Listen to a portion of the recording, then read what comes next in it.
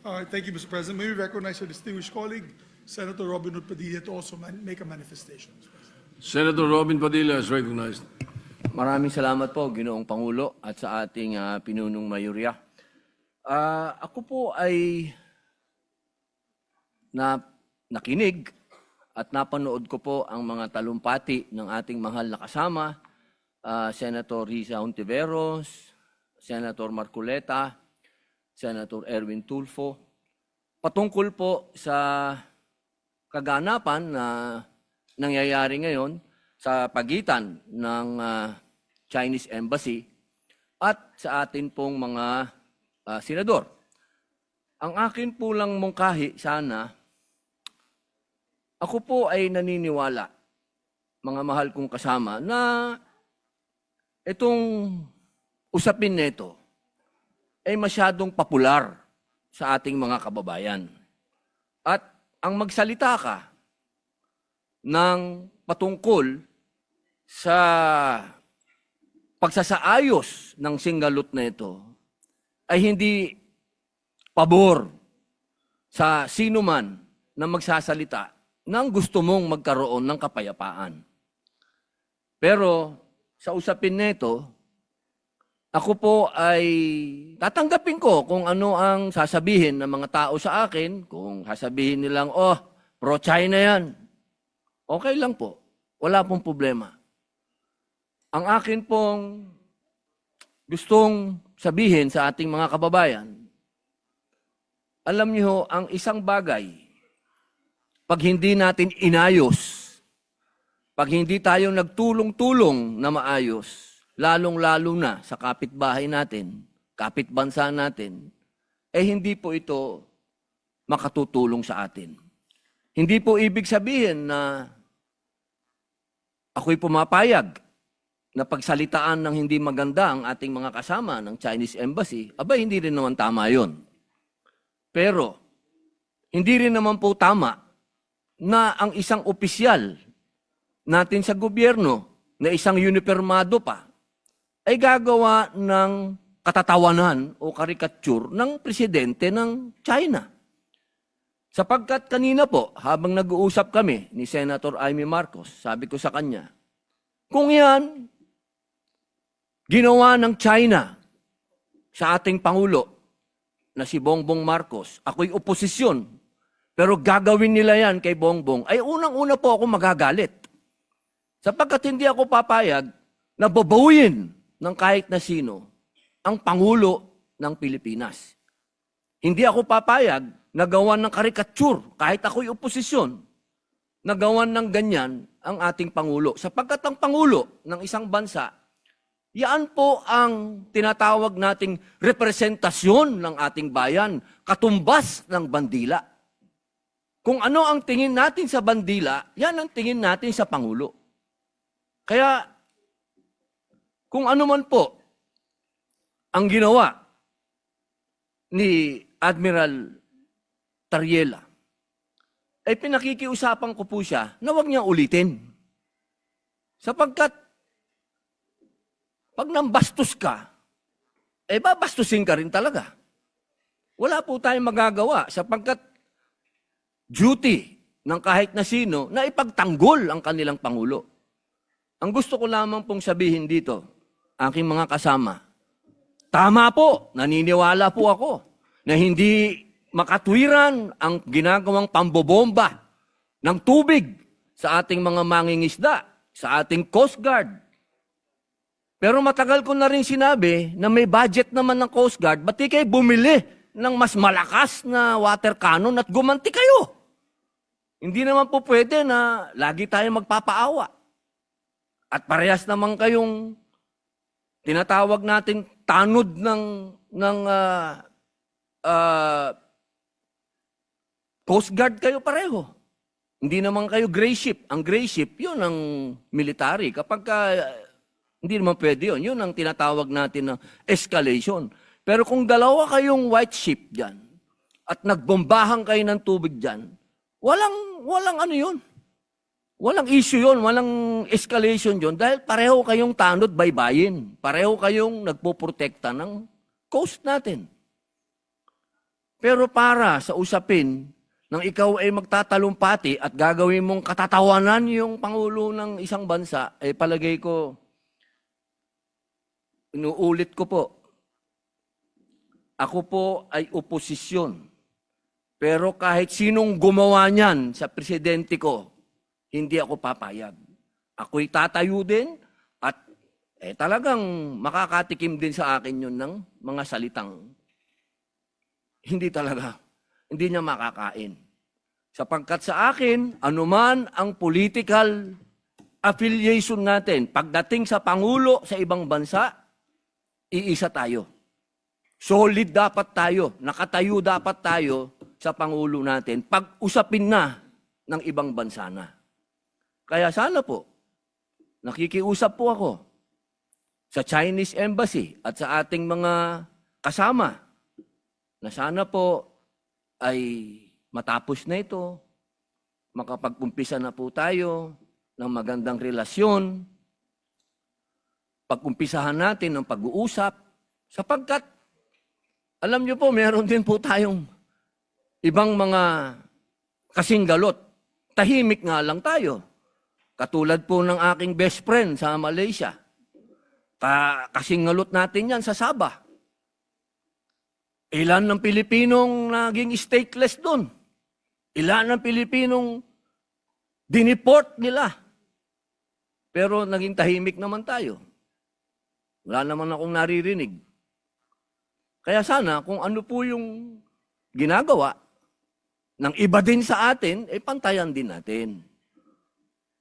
Alam nyo, masakit sa akin magsalita ng patungkol sa Malaysia dahil kapatid kong mga Muslim yan. Pero ini-example ko lang po sa inyo na meron din tayong problema sa ibang lugar na meron din ginagawang pang-aabuso din sa atin na hinihingi ko din na magsalita din kayo. At sana, bilang panghuling salita, alam nyo, nung kailan lang nakita kami ni General Torre. Ang tingin ko dyan sa taong yan, kaaway ko yan. Sa ginawa niya kay dating Pangulong Rodrigo Roa Duterte. Pero dahil nagkita kami sa isang lugar na hindi namin dapat pag-usapan ang ginawa niya, kundi kami mga bisita sa isang lugar, kami naging, kumbagay, diplomat na rin kami. Kami naging mahinahon sa isa't isa. Sapagkat yun dun po ay pagpapakita sa ating mga kababayan na hindi sa lahat ng oras ay palabang ka. May mga pagkakataon na pwedeng madaan sa usapan.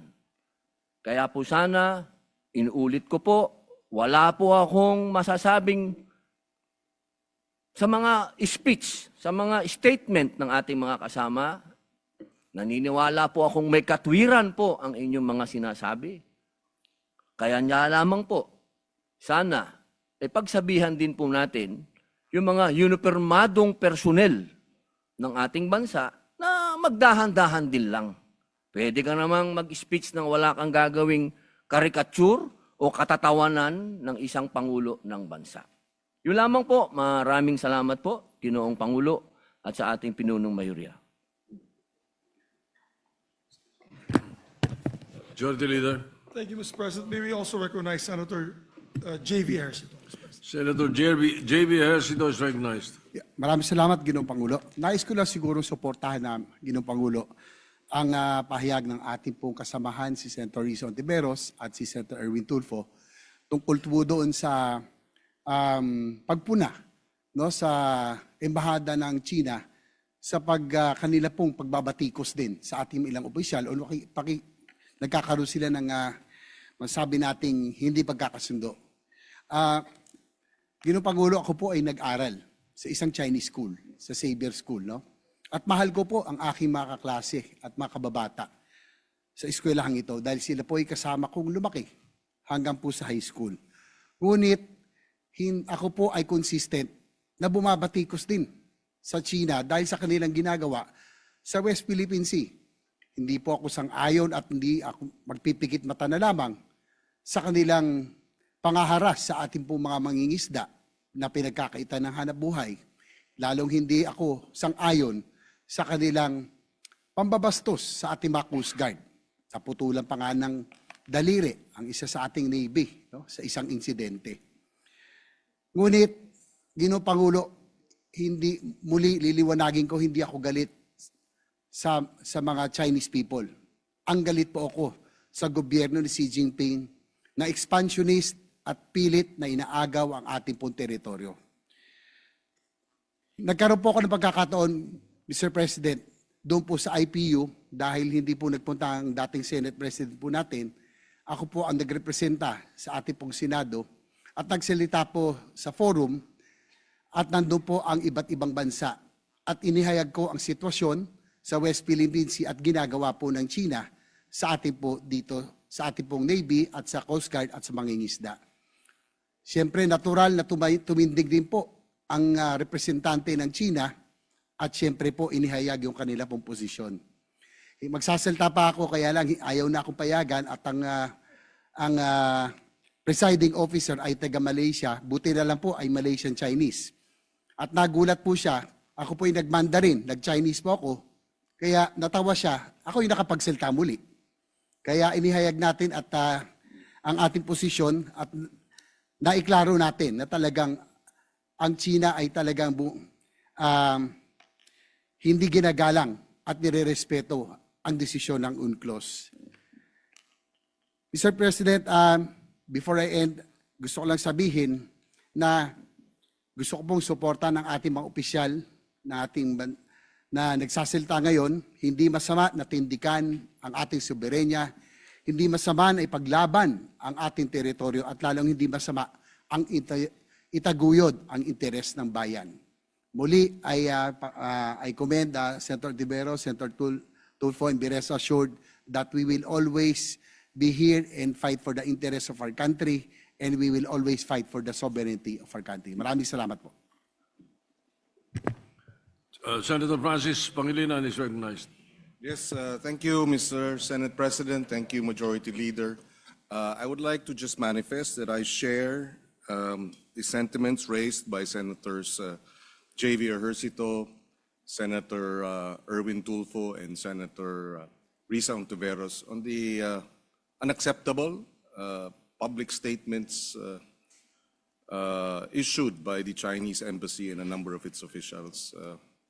I too, Mr. President, was subjected to stern reminders, which I believe were undiplomatic and unacceptable. When we raised concerns about the live military drills in the Taiwanese Strait, that it was an escalation of the tensions in the region, China, the embassy reminded me of the One China policy. And I responded by saying, we recognize the One China policy, but they too should recognize our exclusive economic zone. If they can take it, I said, if they can dish it out, rather, they should be able to take it. And this is why this morning we prepared a draft in consultation with Senators Ontiveros and the Senate President and circulated the draft expressing the sense of the Senate. 15 senators, we thank our colleagues for signing the draft resolution, and I understand we will be tackling this tomorrow. And in no uncertain terms, we condemn the statements of the Chinese embassy that are, we believe, inconsistent with diplomacy and international law. Having said that, Mr. President, 15 senators support the resolution. The Department of National Defense has condemned the public statements of the Chinese embassy. The National Security Council likewise has expressed its opposition to the statements of the Chinese embassy. The Department of Foreign Affairs has likewise expressed serious concern about the statements being issued by the Chinese embassy. Now, Mr. President, is the time to unite. The Senate We call on the House of Representatives as well to issue a similar statement and adopt it.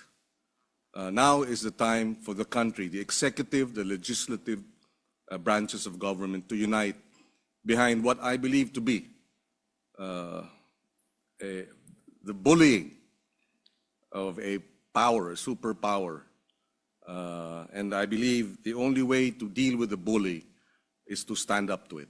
And we thank our colleagues in the Senate for responding and asserting our sovereignty and our, as an institution, the Senate is a partner of the Executive Department in crafting foreign policy in this country. And therefore, this resolution sends a strong signal. We do not wish to have tensions with China, but we likewise do not wish to give up our sovereignty and our rights over the exclusive economic zone in the West Philippine Sea. Ipaglalaban natin yung atin. Maraming salamat for the record, Mr. President. Thank you. Well, just for a little levity, Your Honors, were you able to witness the popularity of Taiwan yesterday? The entire world was watching Taiwan yesterday. As I said, just a little levity. And you did watch it, no? I suppose. Netflix yata yun, Mr. President, no? The Spider-Man Yes. They climbed up climbed 101. Tower 101, yes. Yeah, the entire One of the world was tallest. watching yesterday. Taipei 101. On Netflix, live. Anyway, Thank you, Mr. Thank you. President. Go ahead. Mr. President, I'd just like to also ask the Secretariat that all the speeches and manifestations made today be also directed to the Committee on National Defense as Primary Committee and Foreign Relations as Secretary.